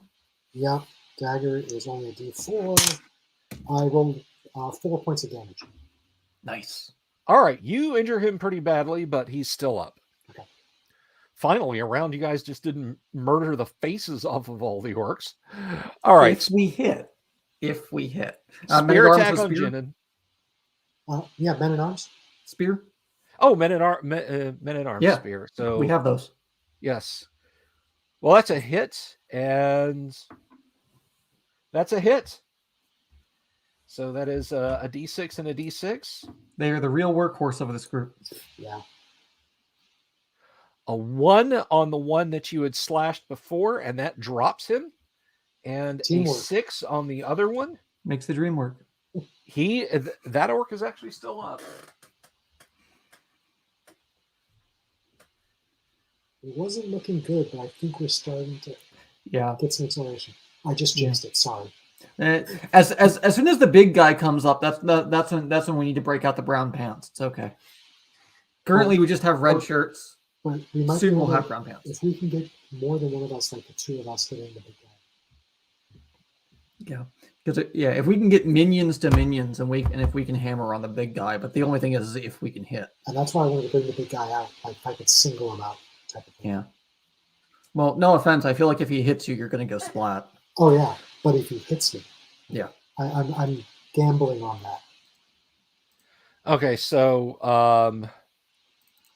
well, the large orc has come up, and he's having kind of a hard time rallying the troops at this point because the troops are very few. But he'll do his level best. Come on, men! I mean, man. Mm-hmm.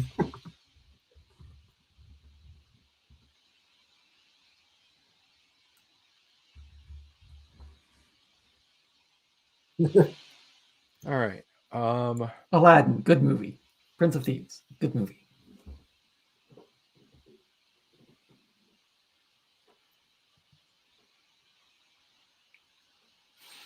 Okay. So he's barking out orders in Orcish,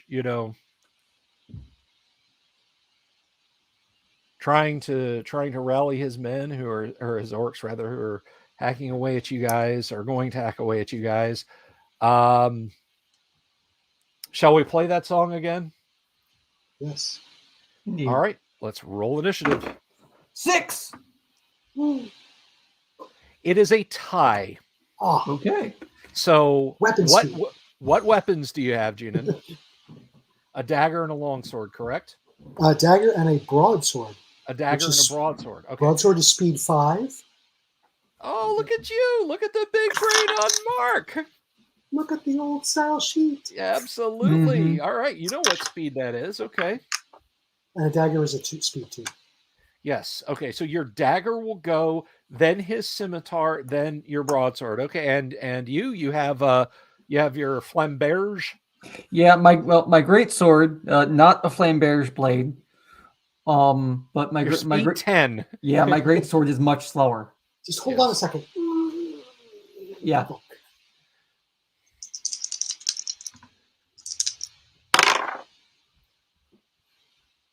Those are not good rolls. Okay.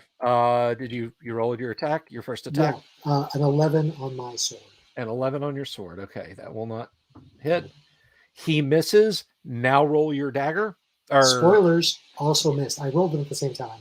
Oh, okay. All right. Scimitar is a miss. Now spears. Where are spears in that? Spears actually go after. They're speed 6 to 8. 6 to 8, and scimitars are speed 4, so they will still go. So that's against the last man at arms, and that's a miss. So folks playing along at home, I don't get super complicated with initiative, but ties are resolved by weapon speeds. And if you are new to first edition AD&D, go out and get yourself a PDF copy of the Player's Handbook and look on page 38 of the first edition AD&D Player's Handbook, and the third column after the net weapons names, you will see speed factor. This is what it pertains to. Generally, the heavier, longer, and more damaging a weapon is, the slower it will be to strike. So Game in balance. the amount of time, I should have given you enough time to say to wind up with that sword. What'd you roll?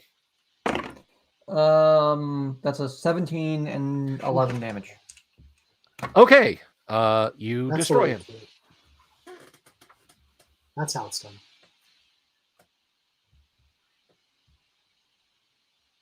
It helps. That wasn't the big guy, was it? No, that was not the big guy. The big guy is in the back. Still. Damn managers. Okay.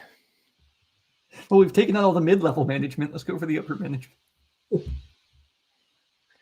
Okay. They are dropping their weapons and fleeing. It is not an orderly withdrawal. They are fleeing. You may strike at them at +4 to hit. The ones that are in the skirmish, that's 3 of them. 6 damage total? Or sorry, no, 4 damage total? I can't math. 15 will hit. Oh, absolutely. Dagger stroke of 4 points damage. All right, so you drop 2 of them. The rest are beating feet. They are spending their entire initiative wrenching open a door that seems to have a sharp corner to the left and slamming it behind them. Does any of this have spikes? Can we spike this door shut? Well, they left us with their boss, didn't they? No, all of them fled. Oh, the boss fled too. Yeah. Okay. I think. I don't think I have any. Nope. How about a crossbow bolt? Probably not sufficient to. No, they're Where'd you cross gone. them? They're gone. They are the F out of there. Oh no! To wedge under the door. To block the door. With Can I jam a crossbow bolt head under there, or a couple of daggers? Spears. There are spears. There are spears lying everywhere. Broad-headed spears. Mm-hmm. You can take a few rounds and hammer those in. While you're doing that, Valoric and Bajibas are going to hastily make litters out of the spears. Yeah, good idea. Yeah, just very quickly lashing the men-at-arms cloaks to them, and are going to try and get the heck out of Dodge. One of the men-at-arms says, "Are we going to see if they had any coin?" Well, duh. Yeah. All right. That's kind of the whole point of doing this whole layer thing to begin with. So, okay. Can I have a look around the layer, I guess? Because there's a chance that we'll all run into new construction or... Oh, as a dwarf. All right, you're searching for new construction? This is not new construction at all. You've wedged the door. You don't hear enthusiastic, like battering ram level thudding, but there is some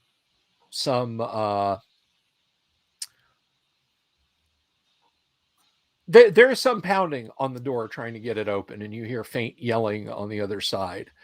It's going to take a few rounds, maybe 4 or 5 rounds, to get the litters together for the fallen men, which, again, Bajibas and Valoric are doing. The men-at-arms yell, "Where do you want us?" I want one of those men-at-arms to look for a way to cover that pit trap up again so we can get across it. Is there a lever, something, while we loot some bodies? There is not a lever, but he is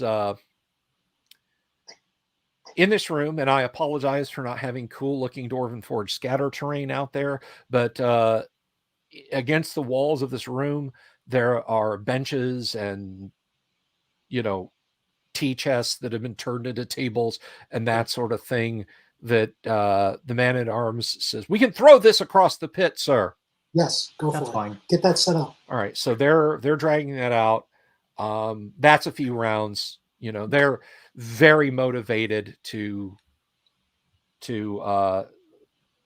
get the travois built. or the litters built and get the way across bridged. You want to search the bodies for loot, etc. That's, if we have time, let's do that.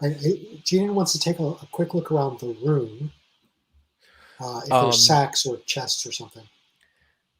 There's this seems to be basically some kind of an entry vestibule, written in Orcish on a piece of sheep's hide, nailed to the far door that the orcs fled through.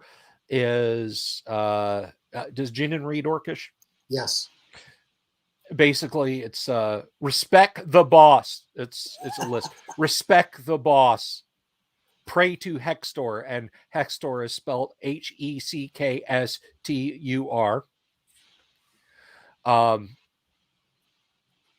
Don't cause trouble. Start fight, finish fight.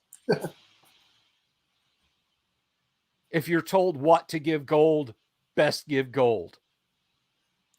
And it just kind of continues on with orky things like that. I like that. I'm taking it. Okay. What is this worth? Absolutely nothing. It'll be great. No, but this is great. It's inspirational for us fighters. All right. Words to live by. Start fight, finish fight. Indeed. You felled 9 orcs, so that's I feel like what's behind this door is the boss's main, like his bedroom and stuff has to be back here.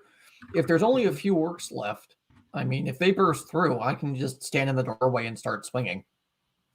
Okay. While you all retreat. Well, let's get some people behind us. Let's get the wounded towards the back. Yeah. And then we can decide what to do. There is more enthusiastic bashing on the door. And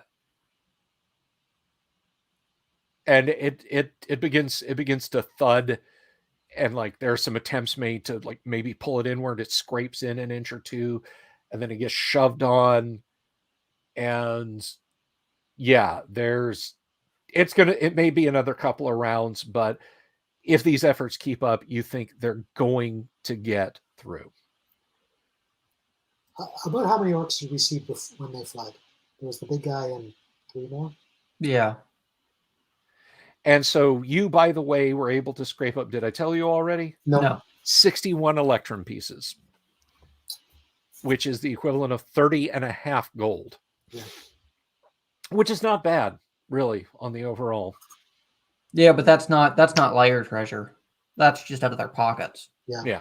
That's not layer treasure. So Gene and Average are probably having a quick chat. What should we do? But if we hold that pinch point, that doorway, and I'm pointing at my screen so you can't see. Yeah. I know what you mean. But right there, like they ran through this door. There's a room. If we hold that doorway, then one can get through at a time, probably. Yeah. The best they could do would be get one and a spear behind him, maybe. And it's one of the like. As a dwarf, I'm content to sit here, and I will stand, if I have to, in that doorway and scythe back and forth until there's nothing left of either them or me. Bill.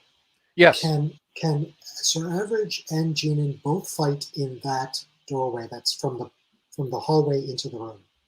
Or is it too small for us to both fight side by side? No, that doorway is wide enough that 3 can fight abreast in it. Oh. Yeah, it is a large dungeon door. So we get one of our men-at-arms up with us, and the other two, we can just hold the door with them. Can I be really uncouth as a dwarf that speaks orc here, and start talking about all of the horrible things I'm currently doing to their dead bodies? I'm going to sit there, and I'm just going to antagonize the living hell out of them through that door. Well, I mean, they're orcs. Well, I'm dressing them nicely.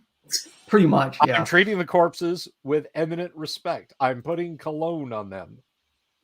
We're going to bury them. We're going to bless them all with holy water and bury them all to Heronius. Yeah, exactly. I'm going to put symbols of Heronius around their neck, and all of them are going to have proper, decent burials with holy wafers in their pockets, and there'll be a nice spread at the mourners, afterwards. decent headstones. Now they're enraged. Now the orcs are enraged. I'm just gonna sit and needle them the entire time.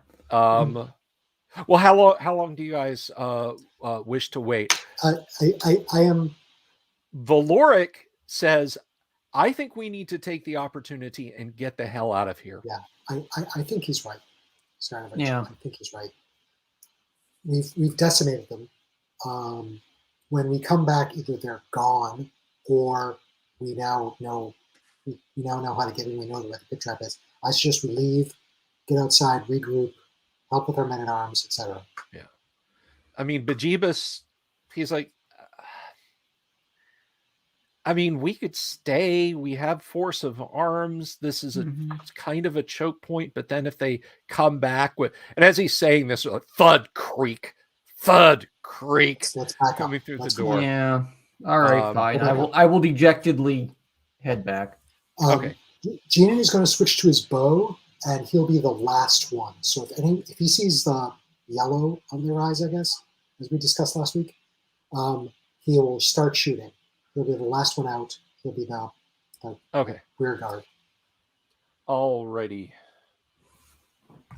Because we still have to get up the ropes, so Jeanin will be at the bottom, protecting the rear. And we found 61 Electrum on there. Yeah. On them. That was the last grouping. All right. We had. I'm just going to go ahead. I'm just 72 earlier gold from the ogre and the. I have it all written down here. Yeah. Well, no, I'm just going to go ahead and take, for the sake of easy math, I'm going to take 11 of it. And give to the imp. Oh, that's right, the imp. Too bad we didn't have the imp with us. He'd be useless in a fight, but yeah, maybe it's psychological warfare. Though. Yeah. Right. Well, that's also why I had him guarding our ass, because worst comes to worst, if if somebody does come up on us, we're going to hear, and and that way at least we have plenty of advanced warning. Yeah. Okay, so the men at arms very cleverly have piled the refuse on either walkway, on either side of the pit trap, as you guys are pulling back. So if the orcs are able to break through, which it sounds like they're going to have to spend at least a round moving that stuff away or just shooting at you guys. And if you move around, and let me show you guys, hopefully I've got a good view now. That is a terrible view. But probably good enough. Yeah, that'll do. You think we could fill that pit trap with enough bodies to where we could just walk over it that way? So the pit trap being there, and the walkways, the narrow spaces on either side being enough that they're just a couple of feet wide and you can go one person at a time.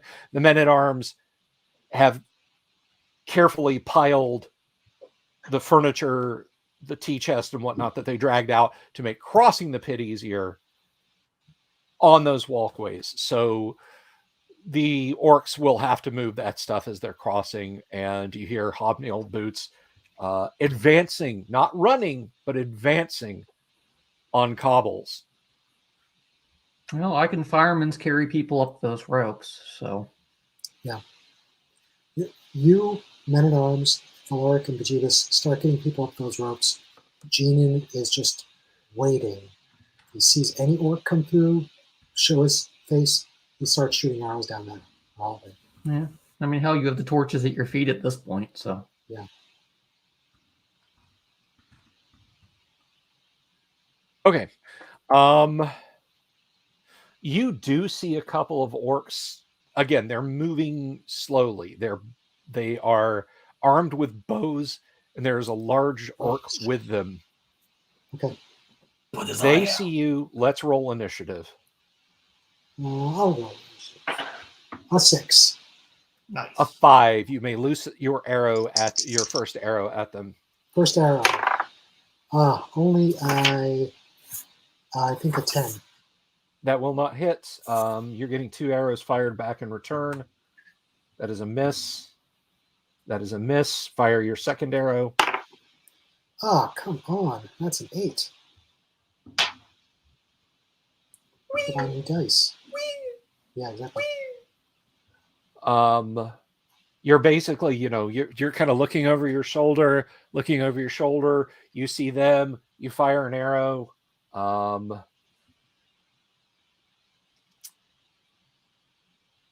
And they are kind enough to return both of your arrows. Oh, thank you. Into you. Crap. You are transfixed with 2 cloth yard shafts, one doing 5, one doing 4. Damn. Ooh. I'm at -2. You're at -2? Yeah. Okay. All right. Good run. The Boromir thing, but you're not dead. Message for you, sir. Yeah. Thud. Valoric, who was thinking about coming and backing you up with his crossbow, catches you before you can even hit the floor and is dragging you back. Now you hear orc feet running. You and Valoric are the last two to be pulled up out of the dungeon. And okay. So you're bandaged, you're stabilized, but your horrors do combat, as they say.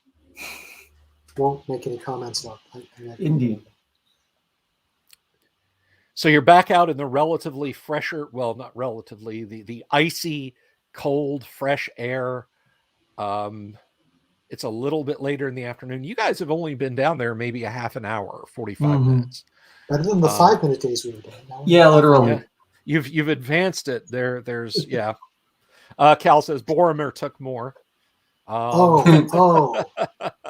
He was also probably level 3. Boromir? Good Lord, no, Boromir, much higher level. I don't know, man. I wouldn't put that as high level D&D at all. I mean, he was getting multiple rounds of attacks on the orcs, though. Even you can chalk it up to movie fighting, and once again, I still prefer 6-second turns, not 1-minute turns. So. Oh well, I'm thinking of the books. You see, I'm thinking of the books. I mean, when Aragorn and Legolas and Gimli found Boromir, dude, there were heaps of bodies around him. Yes, not one, not some, heaps and heaps of bodies. Boromir did not go down like a bitch in the book.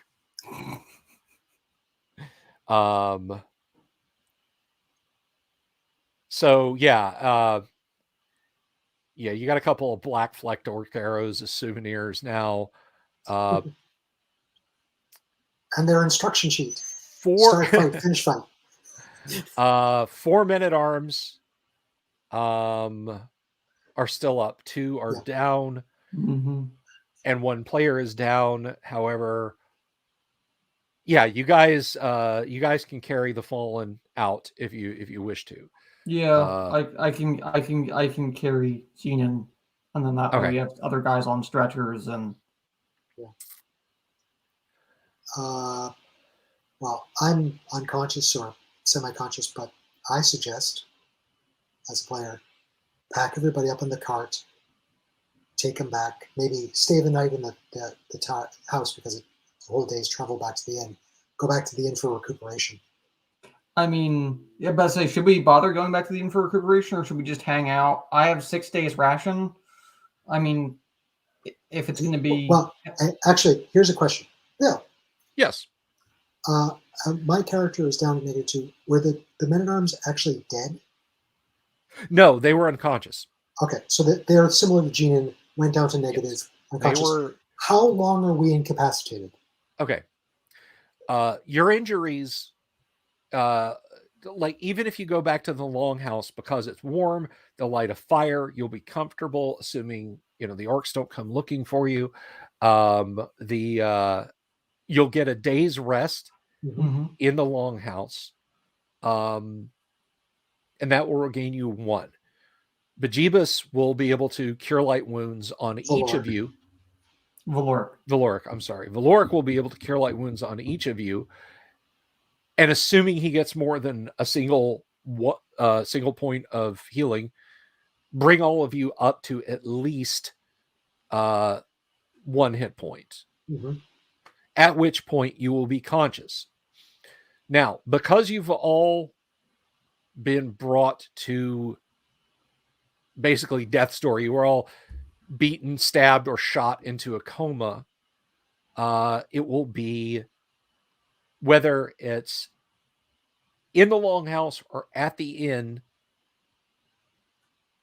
at least a few days rest before you're able to rejoin the combat. So we're looking at 4 days. Minimum. Yeah, okay.